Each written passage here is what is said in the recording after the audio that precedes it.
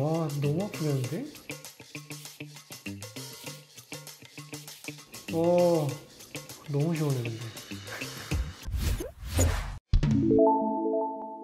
안녕하세요, 블랑쌤입니다. 여러분도 이런 영상 좀 보시나요? 전 사실 의대 다니기 전부터 이런 손발톱 뿐만이 아니라 귀지 빼는 영상, 털 뽑는 영상 이런 거가 은근히 저한테 주는 쾌감이 있어가지고 이런 걸 좀 찾아봤었는데 제 친구들은 좀 저를 이해를 못 하더라고요. 아무튼 오늘 얘기가 조금 이 영상이랑 관련이 있어서 먼저 얘기를 좀 꺼내봤어요. 여러분, 혹시 우리 몸에도 곰팡이가 필 수 있다는 사실 알고 계시나요? 바로 무좀입니다. 무좀 잘 안 씻는 사람들이 걸리는 거 아니야? 이러실 수 있는데 사실 이거는 무좀에 대한 오해입니다.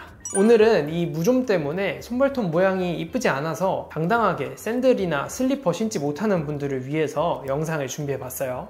그럼 무좀의 모든 것 바로 알아보러 가시죠. 우선 지피지기면 백전백승이다 이런 말이 있죠. 무좀의 원인에 대해서 말씀을 드릴게요. 무좀은 아까 말씀드렸듯이 곰팡이균이 우리 몸에 감염이 되면서 생기는 질환이에요. 우리 집에서도 냉장고에 구석진 곳 아니면 반지하나 지하 창고 이런 데에 축축한 곳에 오랫동안 사람이 살지 않으면 천장이나 벽지에 곰팡이 피는 거 있죠? 그런 거랑 똑같아요. 우리 몸에서도 습한 환경에서 곰팡이가 잘 피게 됩니다. 그러다 보니 우리 몸에서 습한 부위 겨드랑이나 사타구니 이런 데에도 잘 생길 수 있고, 특히나 손, 발 이런 데에 땀이 차게 되면서 장시간 동안 이 땀이 마르지 않고 계속 습기가 유지가 되면 발톱 무좀이나 손톱 무좀이 생기게 되는 거죠. 심지어 이 무좀은 전염성이 굉장히 강한 편이라서 다른 사람들한테 옮겨가기도 해요. 특히나 요즘처럼 땀을 많이 흘리는 계절에 무좀이 쉽게 재발을 하고, 맨발로 이렇게 걸어 다니는 공중 목욕탕이나 수영장, 워터파크 이런 데 많이 가시죠? 그런 데서 사용하는 공용 발수건이나 아니면 스쿠버 다이빙 같은 거에 쓰는 오리발 이런 데에도 무좀균이 증식을 하기 굉장히 적합한 환경이죠. 특히 이 무좀 하면 뗄래야 뗄 수 없는 이 악연이 하나 있습니다. 바로 남성분들 군대 가면은 장기간 행군을 하시면 거의 대부분 무좀을 걸려서 오세요. 무좀은 말 그대로 습한 환경에서 잘 번지는데, 이 장기간 행군을 하는 동안 군화를 계속 신고 걷다 보면 땀이 찰 수밖에 없고, 그 군화 속에서 무좀균이 증식을 하고, 심지어 이 장기간 행군을 하다 보면 발에 물집이 생기고 물집이 터져서 그 장벽이 손상이 된 틈을 타고 무좀균이 들어와서 무좀이 쉽게 감염이 되는 거죠. 실제로 저희 병원에 찾아주시는 군인분들 중에 한 10분 중에 한 7, 8분 정도는 무좀이 다 있으세요. 그만큼 군인분들은 군화를 오랫동안 신기 때문에 무좀에 정말 쉽게 노출이 되는 겁니다. 이 외에도 무좀이 쉽게 잘 걸리는 분들이 또 있어요. 바로 오랜 시간 동안 만성질환을 앓았거나 아니면 당뇨를 앓고 계신 이런 분들은 면역력이 낮아져 있기 때문에 무좀균이 쉽게 감염이 되는 거죠. 일반적으로 면역체계가 잘 갖춰진 성인의 경우에는 이런 무좀 같은 곰팡이균에 대항하는 면역체계가 잘 작동을 하는데, 아까 말씀드린 당뇨나 면역 저하 질환을 오랜 기간 앓게 된 분들은 이 면역체계가 제대로 작동을 못해서 곰팡이균에 몸이 지고 마는 거죠. 지금까지 무좀의 원인과 어떤 분들이 잘 걸리게 되는지 알게 됐으니 이제는 치료법을 설명을 드릴게요. 요즘 진료를 보다 보면 유튜브나 블로그 아니면 혹은 다른 지인한테 들었는지 무좀에 좋다는 민간요법을 하시는 분들이 가끔씩 있으시더라고요. 무좀에 걸린 손, 발을 식초, 소주, 빙초산, 마늘즙 이런 것들에 담근다고 하시더라고요. 하지만 이런 방법들은 의학적으로 검증이 된 방법들이 아니기 때문에 웬만하면 하지 않는 게 좋아요. 오히려 득보다 실이 크기 때문이죠. 예를 들어서 식초 같은 경우에는 약간 희석을 하면 약산성이 돼서 피부를 세정하는 효과가 있어서 사용을 하는 것 같은데, 사실 피부에 자극을 주지 않는 농도에서는 무좀균을 살균하는 능력이 그렇게 크지는 않아요. 그렇다고 식초의 농도를 확 높여버리면 피부에 화상을 입거나 자극 피부염이 일어나거나 부작용이 일어날 수 있으니까 되도록이면 아예 안 하는 게 낫습니다. 또 알코올이 소독력이 있다고 발을 거기다가 담그시는 분들이 있어요. 이것도 정말 근거가 없으니까 제발 하지 않았으면 좋겠습니다.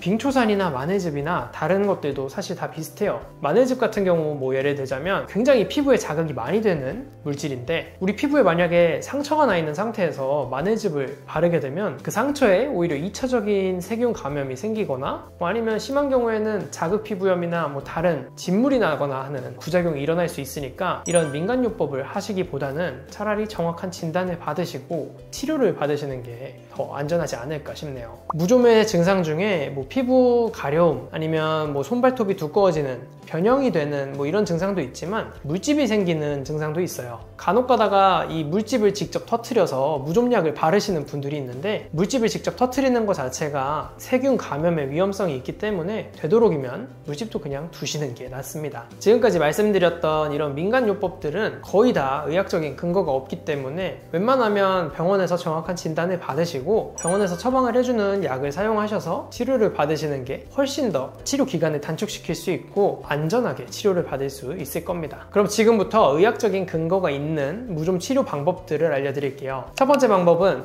무좀에 바르는 약입니다. 사용법은 간단해요. 손과 발을 깨끗하게 씻고 손발톱에 있는 경우에는 이제 매니큐어나 젤네일이나 이런 걸 다 떼고 나서 깔끔하게 정리를 하고 발라주시면 돼요. 아무래도 이제 바르는 형태다 보니까 사용이 편리하고 전신에 작용하는 게 아니기 때문에 부작용도 좀 적은 장점이 있죠. 하지만 이 손발톱에 무좀약을 바를 때 손발톱이 이미 무좀으로 인해서 굉장히 두꺼워진 경우에는 이 어느 정도 사포 같은 걸로 손발톱을 갈아 주셔야지 바르는 약이 잘 흡수가 되기 때문에 사포질이나 뭐 아니면 스케일링 같은 치료가 좀 필요합니다. 이 바르는 약에도 단점이 있는데요. 치료 기간이 좀 길고 다른 뒤에 소개해드리는 방법들에 비해서 효과가 조금 더디다는 단점이 있어요. 무좀의 증상이나 정도에 따라서 다르긴 하지만 이 바르는 약만 사용을 하신다면 6개월에서 길게는 1년 이상까지 사용을 하셔야 되기 때문에 많은 분들이 이 약을 쓰시다가 중도에 포기를 하시더라고요. 그래서 필요한 해결법이 바로 이 두 번째, 먹는 약입니다. 이 먹는 약 같은 경우에는 장점이 우선 굉장히 많습니다. 뭐 복용이 굉장히 간편하고요. 식후에 복용을 하시면 되고 뭐 매일 먹는 약도 있지만 일주일에 하루 날 잡아서 먹는 그런 제형도 있기 때문에 일주일에 하루만 드시면 되는 거죠. 그리고 이 외에도 뭐 비용 자체도 굉장히 저렴하고요. 그리고 바르는 약에 비해서 효과도 굉장히 빠른 편입니다. 하지만 이런 장점만 많을 것 같은 먹는 약에도 단점이 몇 가지 있어요. 손톱이나 발톱 같은 경우에는 손톱은 뭐 한 6개월에서 9개월이면 다 자라지만 발톱은 거의 12개월 가까이 다 자라는데 시간이 걸려요. 그 말을 이렇게 돌려 말하면 그때까지 먹는 약을 복용을 하셔야지 깨끗한 발톱이 밀고 나오는 걸 볼 수 있는 거죠. 먹는 약의 단점이 바로 이겁니다. 증상이 심한 경우에는 먹는 약을 드시는 기간이 굉장히 길어지는 거죠. 무좀약은 장기간 복용을 하게 되면 간 독성이 있을 수 있어서 복약을 하는 동안에는 되도록 금주하셔야 되고요. 간 수치가 높거나 뭐 지방간이 있거나 간 경화가 있었다 하시면 먹는 약은 드시면 안 돼요. 그러면 간이 좋지 않은 사람은 약을 먹을 수도 없고 효과도 떨어지는 바르는 약만 계속 써야 되냐? 다행히 방법이 있습니다. 바로 그 해결책이 마지막 무좀치료법 레이저입니다. 바르는 약이나 먹는 약으로 효과를 못 보셨던 분들이나 임산부 아니면 간 질환이 있으셔서 약을 장기간 드실 수 없는 분들, 이런 분들한테 적합한 치료법이죠. 무좀 레이저 같은 경우에는 이 무좀이 있는 부위에 직접적으로 레이저를 조사해서 무좀균을 살균을 해주는 원리예요. 우리 식당 가면은 스테인리스 컵 같은 거 넣어놓는 UV 통 같은 거 있죠? 그런 거랑 좀 비슷하다고 보면 돼요. 이 레이저 치료의 장점을 좀 설명을 드리면요. 치료 효과는 바르는 약에 비해서 훨씬 좋고 먹는 약이랑 거의 동등한 정도인데 부작용 자체가 거의 없기 때문에 안전하게 치료를 받을 수 있다는 장점이 있습니다. 하지만 장점만 있으면 다들 레이저 치료 받겠죠. 단점이 있습니다. 바로 비용입니다. 한번 레이저를 받을 때 보통 15분에서 20분 정도 시술을 받기 때문에 비용이 적지 않게 들어요. 이거는 병원마다 가격이 다르긴 한데 보통 한 20만 원 정도라고 보면 돼요. 일주일 간격으로 레이저를 꾸준하게 받아야 되는데 이 가격이면 비용이 만만치 않죠. 하지만 다행히도 이 무좀 레이저는 무좀이라는 질환을 치료하는 레이저이기 때문에 실손보험이 적용이 돼요. 그래서 만약 실손보험이 있으시다면 레이저를 받는데 크게 비용 부담 없이 받으실 수 있을 겁니다.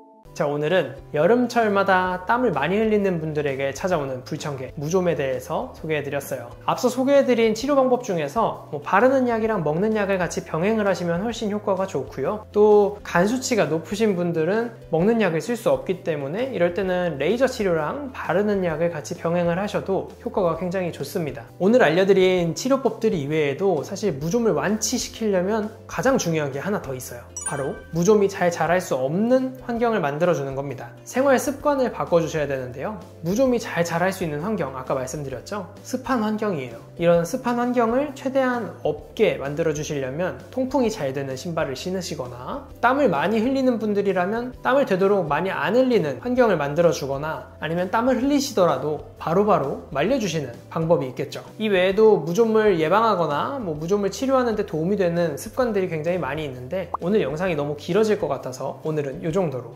마무리를 할게요. 그럼 이번 여름은 샌들 신고 슬리퍼 신고 편하게 바다 구경하고 오실 수 있길 바랍니다. 오늘 준비한 내용은 여기까지입니다. 그럼 다음에 만나요.